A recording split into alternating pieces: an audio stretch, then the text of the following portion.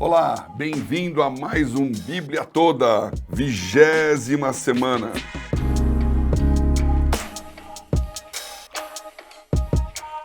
Estamos quase na metade desse nosso assunto, hein? São 52 semanas, mais 6 semanas aqui, cravamos a metade da Bíblia e estamos no livro dos Salmos, que é o livro que está lá pela metade da Bíblia mesmo.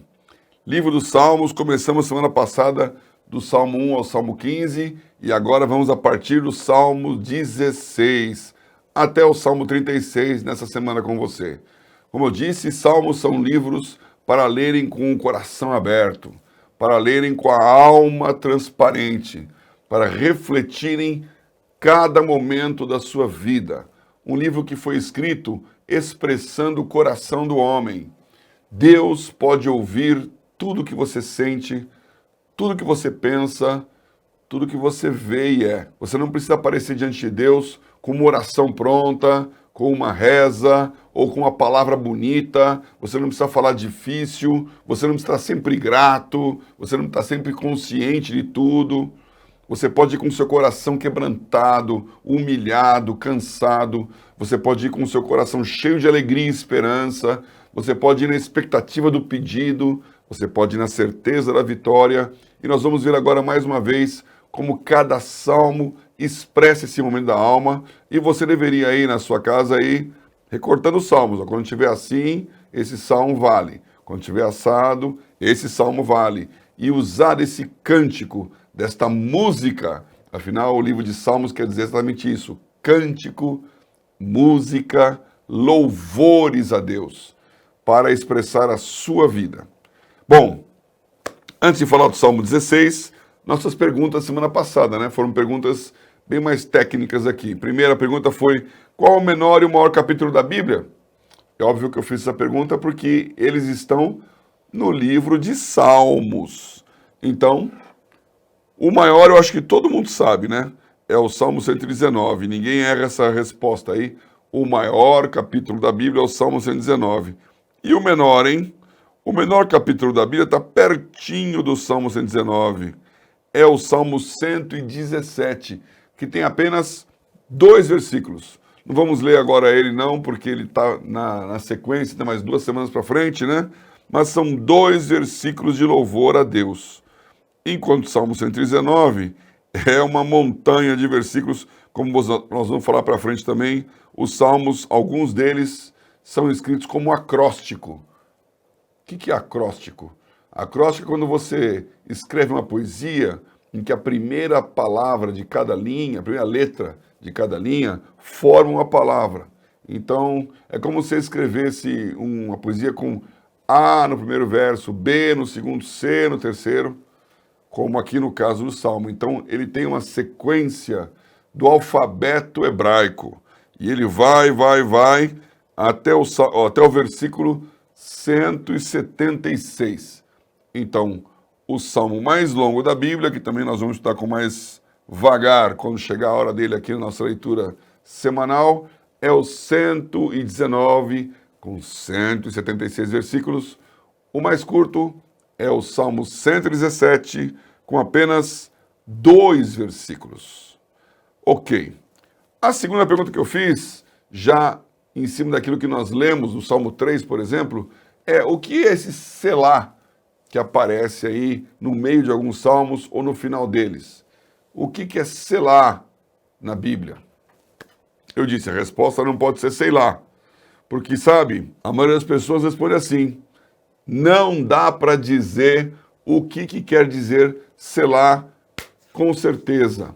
Por que está escrito aquilo? Então, algumas respostas aparecem, algumas explicações, até mesmo algumas interpretações da palavra. Não sei se você sabe, mas o hebraico é uma língua escrita só com consoantes, não tem vogal. Então, quando você escreve uma palavra só com a consoante, ela pode ter algumas interpretações. Por exemplo, aqui em português, quando você fala a palavra casa, ela tem 2 consoantes e 2 vezes a mesma vogal que a letra A. Né? Então, em hebraico, casa seria CS. Mas CS também pode ser coisa. E como é que eu sei se é casa ou se é coisa? Bom, eu tenho que entender o contexto. Eu tenho que entender como se pronuncia a palavra, porque obviamente as pronúncias são diferentes. E aí vem o segundo problema: a língua hebraica, ela não se pronuncia mais depois do período do Velho Testamento.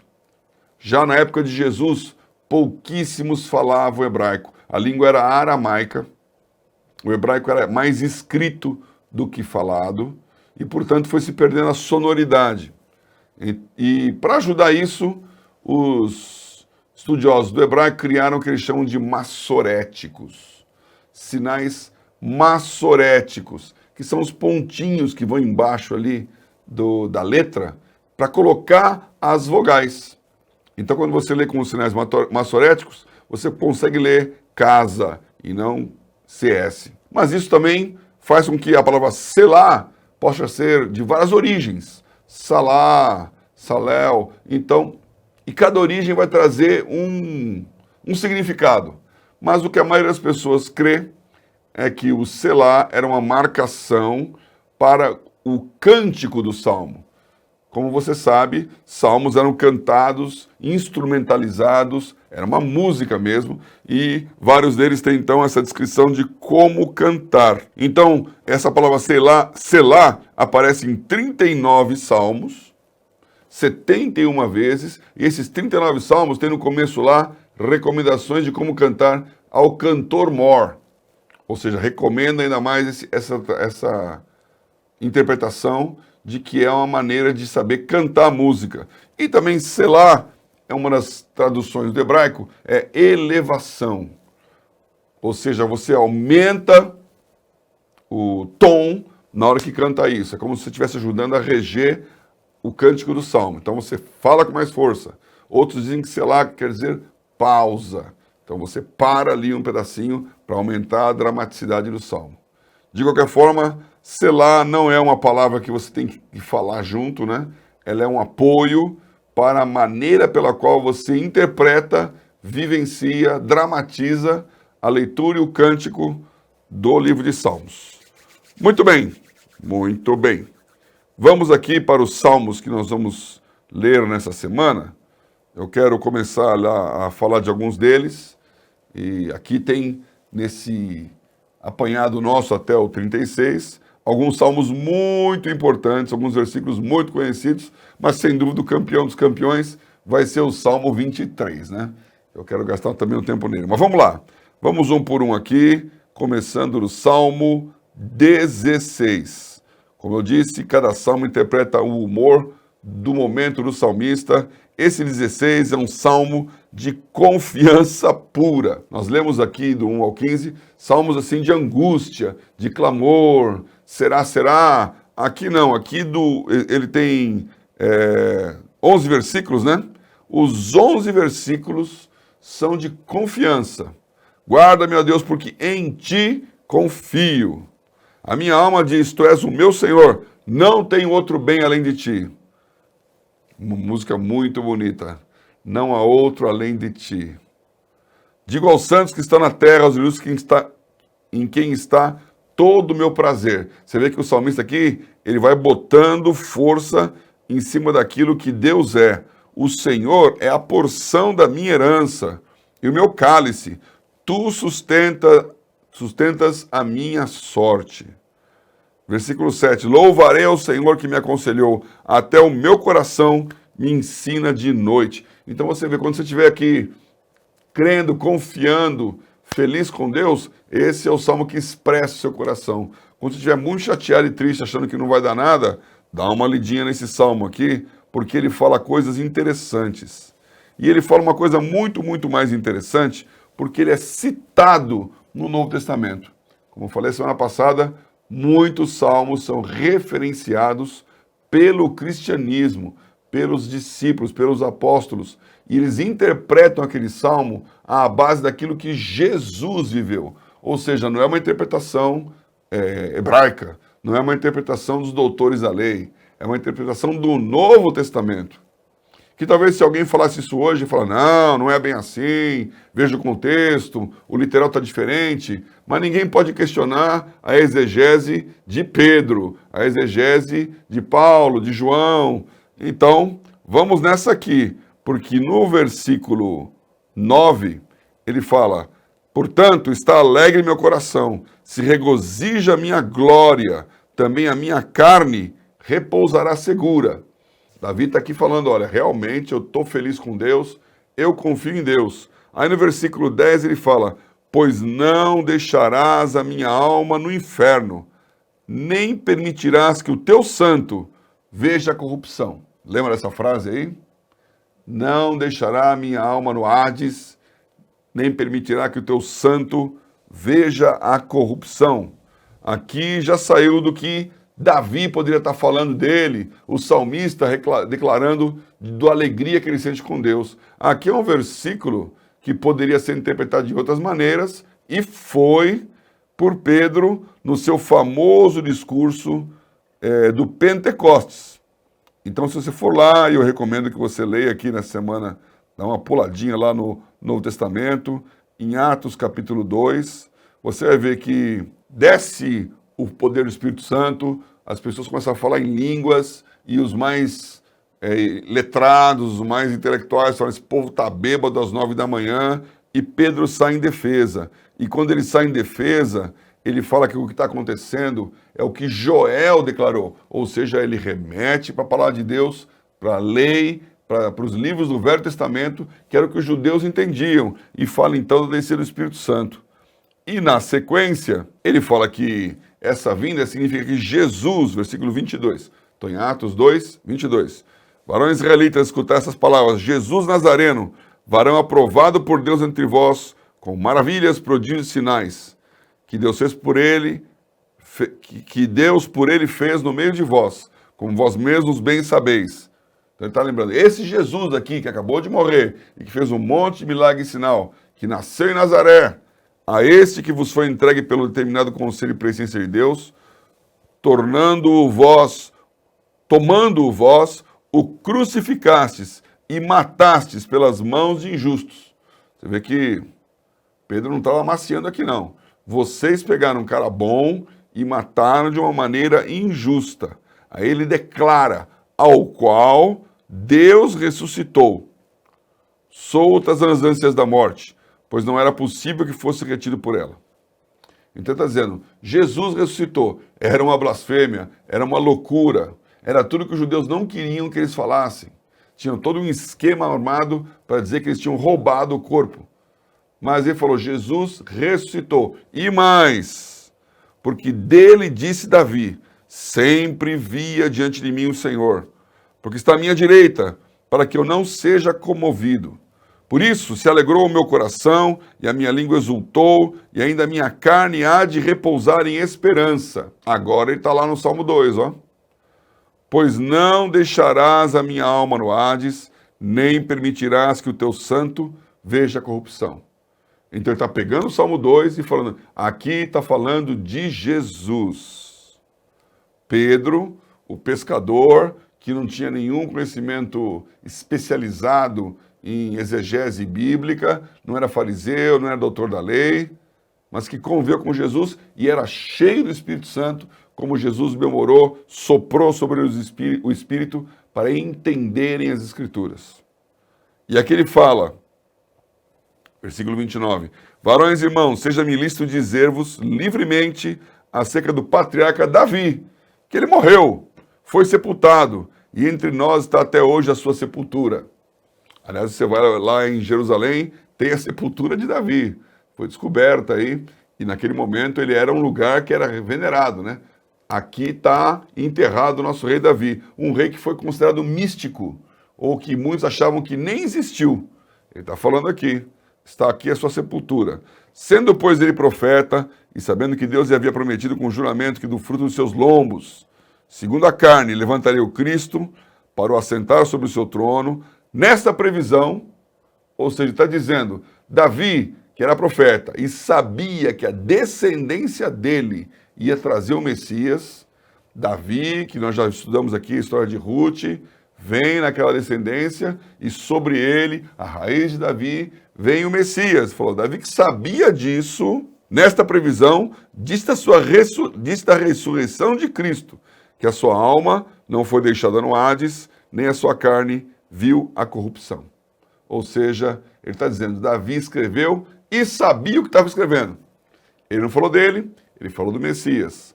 Não deixará a minha alma... Aqui fala Hades, que é a palavra grega para o inferno, e no hebraico está escrito Sheol, que é a habitação dos mortos. Última coisa a dizer aqui nesse Salmo 16 é que quando ele fala alma, ele está falando nefesh, a mesma palavra que ele usa o nefesh hayah de Gênesis 1, quando fala que Deus criou o homem alma vivente. Então, quando está dizendo da alma, é aquilo que Deus soprou nele, aquele fôlego da vida. E esta alma não ficaria no Sheol, que não tem o significado que nós damos hoje para a palavra inferno, como sendo o lugar do castigo onde o diabo vai lançar você. Dicas de passagem, parênteses do parênteses, isto é semanticamente incorreto, porque a Bíblia não fala que nós vamos para o inferno. A Bíblia fala que nós não, em nome de Jesus, nem eu, nem você. A Bíblia não fala que o homem pecador, o homem caído vai para o inferno. Ela fala que o homem pecador e caído vai para o lago que arde fogo e enxofre, e o inferno vai ser jogado lá. Então, esse inferno, que é da condenação, não é o contexto Sheol da palavra hebraica, que diz que é o lugar onde estão os mortos. Então os mortos morrem e ficam ali esperando algum lugar. Esse lugar é o Sheol, bons e maus. E Jesus então está dizendo que a alma dele não ficaria no Sheol, mas não seria tocada pela corrupção, não ia degradar, mas seria ressuscitado. Olha que salmozinho, hein? Salmo 16 com tanta coisa.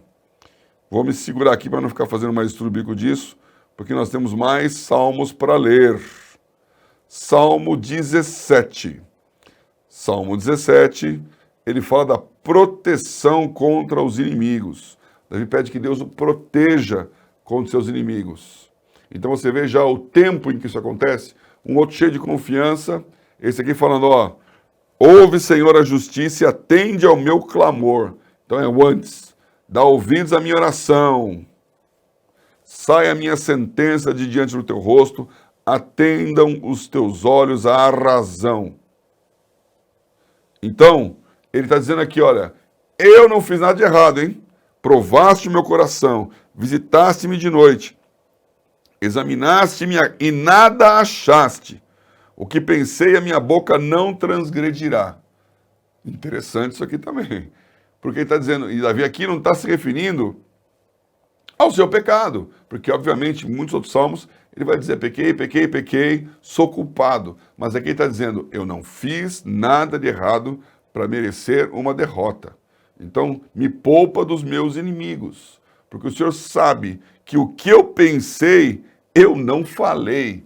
Ou seja, você passa muita coisa na sua cabeça, mas você não consuma, não faz. Então, quanto ao trato dos homens, pela palavra dos teus lábios, me guardei das veredas do destruidor. Ele está clamando a Deus proteção contra os inimigos. E ele termina dizendo, confio em ti, vai dar toda certo. Versículo 15, que é o último versículo do Salmo. Quanto a mim, contemplarei a tua face na justiça. Eu me satisfarei da tua semelhança quando acordar. Esse quanto a mim é muito usado em vários salmos, né? Olha, tá tudo aí meio errado, confuso, complicado, mas eu aqui, ó, eu tô firme aqui. Deus olha para mim. Um salmo interessante também, um outro momento da sua alma. Salmo 18, vai para ações de graças. Aqui no 17 ele está pedindo antes, no 18 ele está dando glória pelo que aconteceu. Eu te amarei do coração, ó Senhor, fortaleza minha. O Senhor é meu rochedo, meu lugar forte, meu libertador, o meu Deus, a minha fortaleza em quem confio, o meu escudo, a força da minha salvação e do meu alto refúgio. Dá para lembrar de música aqui, hein? Asaf e tudo mais. Invocarei o nome do Senhor, que é digno de louvor, e ficarei livre dos meus inimigos. Aí vem um pedaço do salmo também famoso aqui, ó. Cordéis de morte me cercaram, correntes de impiedade me assombraram, cordas do inferno me cingiram, laços de morte me surpreenderam. Na angústia invoquei o Senhor e clamei ao meu Deus. Desde o seu templo ouviu a minha voz, e aos seus ouvidos chegou o meu clamor perante a sua face. Então ele está dizendo, olha, foi duro, foi complicado, foi tenso, mas Deus deu livramento. Glória ao nome de Deus. Ações de graça. E aí ele vai falando, ó, então a terra se abalou, tremeu, os fundamentos dos montes se moveram. Eu acho interessante aqui o versículo 10. Ele montou num querubim e voou. Sim, voou sobre as asas do vento. Deus veio aqui para resolver o meu problema. Eu já senti isso, viu, irmãos? Que você recebe uma resposta de Deus, falando, não é possível que Deus moveu céus e terra porque eu fiz uma oração. E é possível. Deus é esse Deus que faz o que for necessário para cumprir a sua vontade em sua vida. É muito bom ter salmo de ações de graça, viu? Seja grato depois que o livramento vem, porque tem gente que esquece. Eu também acho muito legal um versículo aqui que eu guardo comigo, que é o versículo 26, que fala, com o puro te mostrarás puro, com o perverso te mostrarás indomável. E esse contexto aqui da maneira como Deus trabalha e age com as pessoas, ele está dizendo assim, ó, com quem merece, ele trata com toda a pureza, mas com quem não merece, ele trata com todo o rigor. Ele não vai deixar barato. Com o perverso, indomável. Se você for aqui na tradução, vamos ver aqui, a revista atualizada, ele fala com o perverso, inflexível. Deus rigoroso, que vai cobrar a vírgula, que não vai mover um centímetro da sua posição. Então você tem que saber isso. Com o puro, ele se mostra puro, mas com o perverso, inflexível, indomável, implacável. Então Deus está aqui se mostrando para o salmista. Salmo 19, vai. Salmo 19 também é muito, muito conhecido no seu começo, porque ele fala da glória, da contemplação da glória de Deus. Os céus manifestam a glória de Deus e o firmamento anuncia a obra das suas mãos. Um dia faz declaração outro dia, e uma noite mostra sabedoria outra noite, sem linguagem, sem fala, ouvem-se as suas vozes. Aqui tem mais até que eu posso gastar nesse tempinho com vocês, mas vai até para a ciência esse negócio aqui. Mas os céus, o firmamento, manifesta a glória de Deus. É obra das suas mãos. Você, como diz Paulo em Romanos, é inexcusável. Ninguém pode dizer que não tem como descobrir a Deus, porque a natureza está posta. E você contempla e você vai encontrar a mão de um Criador e uma declaração do dia e da noite sobre aquilo que ele é, sobre aquilo que ele faz, sem linguagem e sem fala. Então, acho muito, muito assim, poderoso esse salmo. Ele é um salmo de proclamação, de exaltação, de contemplação. Um outro versículo que é bem cantado também, eu lembro dele na minha época lá de ABU. A lei do Senhor é perfeita, refrigera a alma, o testemunho do Senhor é fiel e dá sabedoria aos simples. Os preceitos do Senhor são retos, alegra o coração, o mandamento do Senhor é puro e alumia os olhos. E aí o versículo 10 era o refrão da música. São mais desejáveis do que o ouro depurado, são mais doces do que o mel e o licor dos favos. Decorei isso aqui por causa da música. Como eu tenho dito aqui, nós vamos guardar aqui no final para você, salmos cantados. Tudo isso aí foi musicado por gente aqui do Brasil, gente que dos Estados Unidos, você traduz, mas você pode cantar, se alegrar e decorar a palavra através da leitura dos salmos. Salmo 119, então, um salmo de proclamação. Salmo 20, salmo de guerra. Vai partir para a batalha. Você tem batalha para partir na sua vida? Você está se preparando para enfrentar uma grande luta? Salmo 20 para você. Uns confiam em carros, outros em cavalos. Isso é tempo de guerra, né? É o versículo 7. Nós, porém, confiaremos, faremos menção do nome do Senhor nosso Deus. De novo, vou lembrar da Asaf aqui, né? essa canção que ele fez aqui. Uns confriam em carros, outros em cavalo, nós, porém, nos gloriaremos o nome do nosso Deus. Aleluia. Salmo 20. Vamos lá, Salmo 21. Tem tanta coisa aqui que senão não vai dar tempo. Salmo 21. O Salmo 21 é a proclamação, o louvor pela vitória. No 20 está falando, me cuida aqui na hora da guerra. No 21, ele está falando como o rei, que é Davi no caso, mas aqui a gente interpreta para o rei, o chefe da nação, se alegra em Deus e se regozija grandemente na salvação, porque ele entregou o desejo do seu coração, ele ouviu a súplica dos seus lábios. Pois o provês das bênçãos de bondade, põe na sua cabeça uma coroa de ouro fino. Vida te pediu e lhe a deste. Que tal esse português aqui, hein? Vida te pediu e lhe a deste, mesmo longura de dias para sempre e eternamente. Ele quer dizer, eu clamei para poder sobreviver e viver, e o Senhor me deu isso aqui, estou vivo aqui.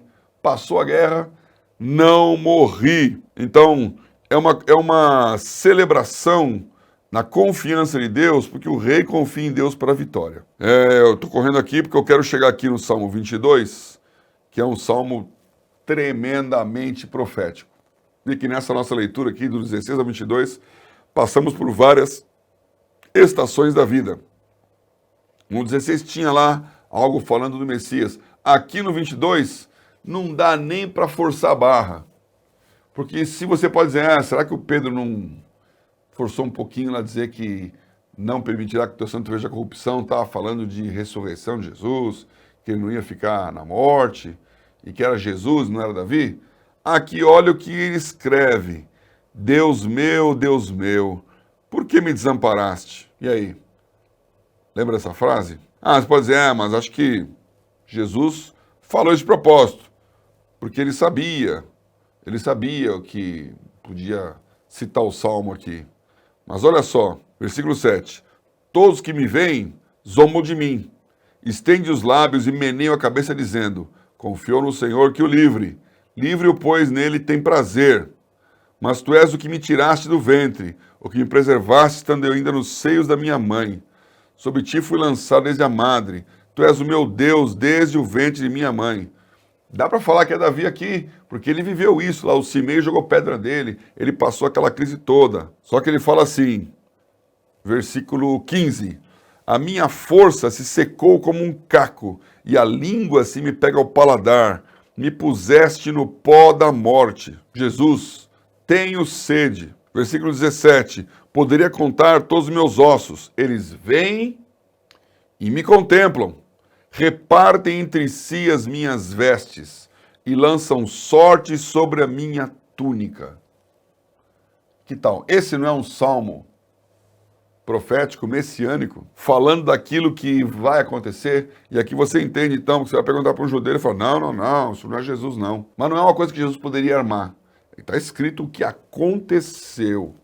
E aí você entende essa mistura de Davi falando dele, Davi falando de Jesus, coisas que, como Pedro disse, Davi sabia e falou com conhecimento de causa, outras que ele poderia nem saber, mas falou profeticamente, usado por Deus. Então você vê, salmos cabem em todas as situações. E algumas situações são mais fortes, são mais dramáticas, são mais decisivas do que outras.